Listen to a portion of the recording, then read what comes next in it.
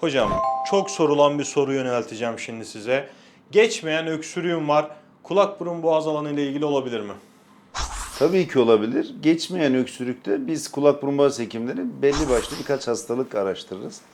Bunlardan bir tanesi kronik sinüzittir. Kronik sinüzit geniz akıntısı yaparak geçmeyen, devam eden öksürük sebebi olur.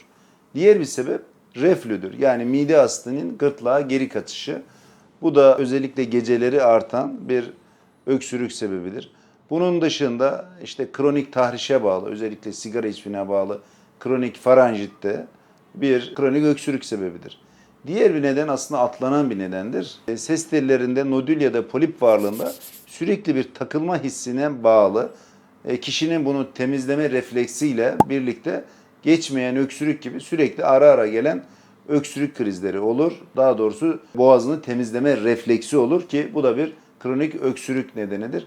Bunların tamamı muayene ve tomografi, işte ses tellerine yönelik endoskopi ile ortaya konabilecek nedenlerdir ve hepsi tedavi edilebilir hastalıklardır.